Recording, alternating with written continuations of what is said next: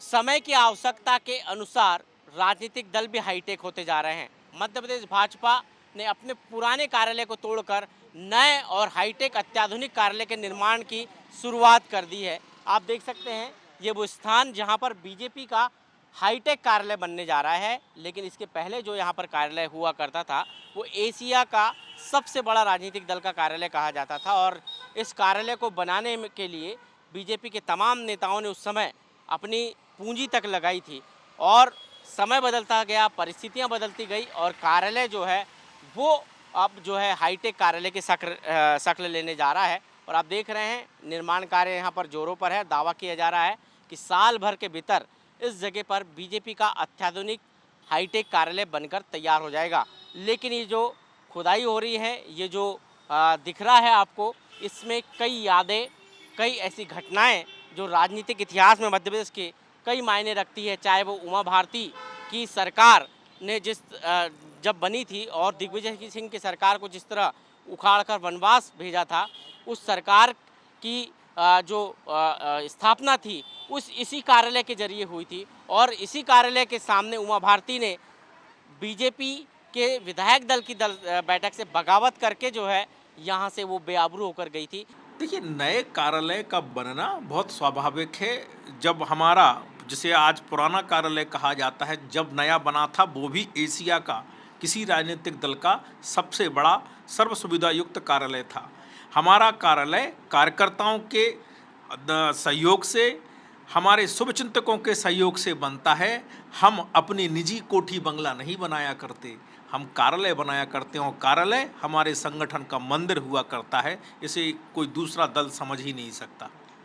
Sir, कार्यालय क्यों नहीं आप लोगों को पुराने कार्यालय? देखिए, बहुत स्वाभाविक है कि घर का नवनिर्माण होता है, जब घर में सदस्यों की संख्या बढ़ती है तो आवश्यकताएं बढ़ती हैं, तो उसी प्रकार कार्यालय भी होते हैं। कार्यालय में भी आवश्यकताओं के हिसाब से पुनर्निर्माण होता है, उसमें यादें भी जुड़ी होती हैं। स्वाभाविक है, मनुष्य हैं तो जुड़ी ही होती हैं और उसके अनुसार निश्चित तौर पर वो भावनाएं हमारी ताकत बनती हैं। उस ताकत के दम पर हम आगे बढ़ते हैं।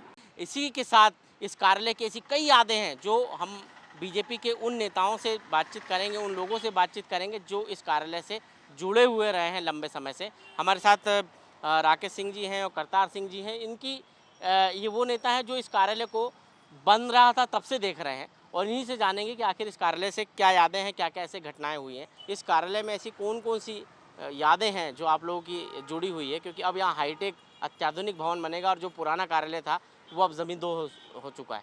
देखिए, समय काल परिस्थिति के हिसाब से परिवर्तित होता है और होता रहता है। आज भारतीय जनता पार्टी को और बड़े कार्यालय की आवश्यकता हुई।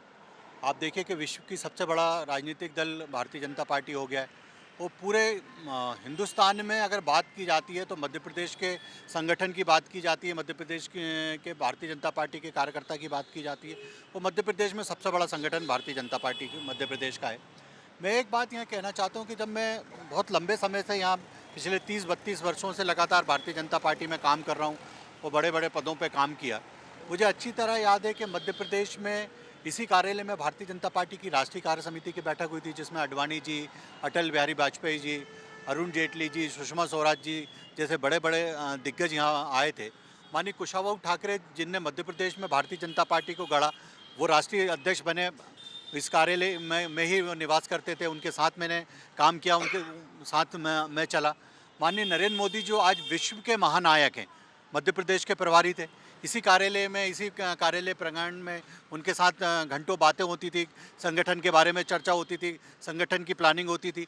उस समय देखा कि नरेंद्र मोदी जी का जो विचार है और जो संगठन के प्रति समर्पण है, वो उस समय हम आमने सामने बैठकर जब बात करते थे वो समझ में आता था। आप ये देखिए कि दिग्विजय सिंह के 10 साल के कुशासन को उमा भारती जी ने जब हटाया, उसकी भी पूरी प्लानिंग इसी कार्यालय में बैठ कर हुई। यहीं से बैठकर पूरा चुनाव का संचालन हुआ। मुझे लगता है कि भारतीय जनता पार्टी की एक सुनहरी यादें इस कार्यालय से जुड़ी हुई थी और जो आने वाले समय में नया एक कार्यालय बनेगा, उसमें भी फिर एक नया इतिहास भारतीय जनता पार्टी मध्य प्रदेश में रचेगी। करतार सिंह जी, आप भी लंबे समय से, मैं जब से आपको जानता हूँ कहीं उससे भी ज़्यादा और लंबे समय से इस कार्यालय को देख रहे थे, यहाँ पर आते। क्या लगता है इस कार्यालय से क्या क्या यादें हैं आपकी? माननीय विक्रम वर्मा जी हमारे प्रदेश के अध्यक्ष हुआ करते थे। उस समय मैं प्रदेश का महामंत्री था, जोगी जोबड़ी प्रकोष्ठ का। हमें पूरे प्रदेश में संगठन को गति प्रदान करने के लिए, दिग्विजय सिंह की सरकार के विरुद्ध वातावरण बनाने के लिए हमने यहाँ पर आंदोलन की रूपरेखा तय कर पूरे प्रदेश में हमने यह कार्यक्रम चलाया है। और फिर माननीय कैलाश जोशी के कार्यकाल में भी मैं प्रदेश का महामंत्री रहा हूँ। आपको लगता है कि कार्यालय वही रहना था? नहीं, अब कार्यालय देखो, ये सब बड़ी बड़ी नीतियों, बड़े बड़े काम है, सबके अनुसार सबका समावेश होना पड़ता है और उस बात को जो नेतृत्व करेगा उसे हम सबको स्वीकार करना चाहिए। क्या लगता है कि कार्यालय आज के समय में कितनी बड़ी आवश्यकता है कार्यकर्ताओं के लिए और पार्टी के लिए, और इस तरह यदि हाईटेक कार्यालय बन जाएगा तो क्या आम आदमी भी उसमें प्रवेश कर पाएगा? आम आदमी भी आएगा, कार्यकर्ता भी आएंगे। जब कार्यकर्ता आएगा तो आम आदमी को लेके आएगा, उनका सबका स्वागत है। अब आवश्यकता अनुसार सब चीज़ का परिवर्तन है और करना चाहिए और हम सबको उसका स्वागत करना चाहिए। राकेश जी, ये जो कार्यालय बन रहा है इसमें बड़ी राशि का खर्च हो रही है, कई बार सवाल खड़े किए विपक्ष ने भी उस राशि के ऊपर। देखिए, भारतीय जनता पार्टी पूरे देश में एक ऐसा संगठन है जिसमें कार्यकर्ता समय भी देता है और पैसा भी देता है। आजीवन सहयोग निधि के तहत और जो हर वर्ष लोगों से हम पैसा का फंड इकट्ठा करते हैं, उसमें दिल खोल के कार्यकर्ता भी और जनता भी पैसा देती है।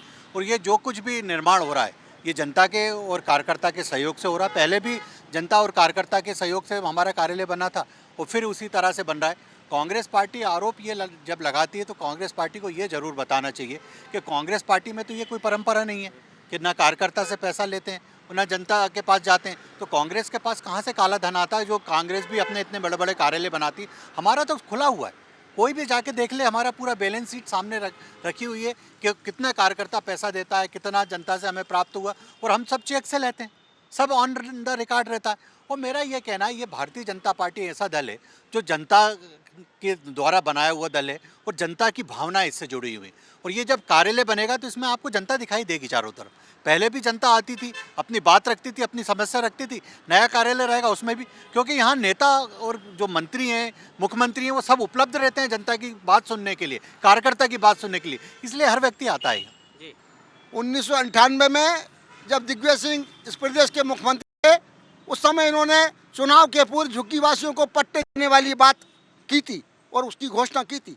उस पट्टे में कई विसंगतियां थी, वो सिर्फ राजनीतिक स्टंट के तहत पट्टा वितरण कार्यक्रम उन्होंने ये शुरू किया था। तो हमने इसके विरोध में एक इतना बड़ा प्रदर्शन किया था भोपाल में, और इसी यहीं पे हमने मीटिंग बुलाई इस कार्यालय में। और जब प्रदर्शन के बाद हमारे प्रदेश के प्रभारी माननीय नरेंद्र दामोदर मोदी हुआ करते थे, उनसे हमें मिलने का अवसर मिला और हमने उस पूरे कार्यक्रम की एक बहुत बड़ी फोटो चित्र हमने नरेंद्र मोदी जी को दिया था। इसी कार्यालय में मिले थे, यहाँ ठाकरे जी बैठते थे उसी कार्यालय में। उन्होंने कहा ये कहाँ का कार्यक्रम है? हमने कहा ये झुग्गी झोपड़ी का एक कार्यक्रम है, ये दिग्विजय सिंह सरकार की नीतियों के विरुद्ध हमारा जो प्रदर्शन है। तो उसने उन्होंने पीठ थपथपाई थी कि आप जैसे योग्य कार्यकर्ता के दम पर ये पार्टी चरम सीमा पर पहुंचेगी, और आज आप सबके सहयोग से पार्टी चरम सीमा पर है। तो ये कार्यालय भारतीय जनता पार्टी के उन कार्यकर्ताओं के संघर्ष की गाथा है, विरासत है और इतिहास है, लेकिन अब ये हाईटेक कार्यालय में तब्दील हो रहा है। निर्माण कार्य जोरों पर है और समय और परिस्थिति के अनुसार बीजेपी को एक हाईटेक कार्यालय की आवश्यकता है और इसलिए बीजेपी इस हाईटेक कार्यालय को बनाने जा रही है। लेकिन आज भी ये कार्यालय, जो पुराना कार्यालय है, वो आज भी ये कहता है कि मैं भाजपा कार्यालय हूँ। कैमरा पर्सन वीरेंद्र के साथ विवेक पटिया, IBC 24 भोपाल।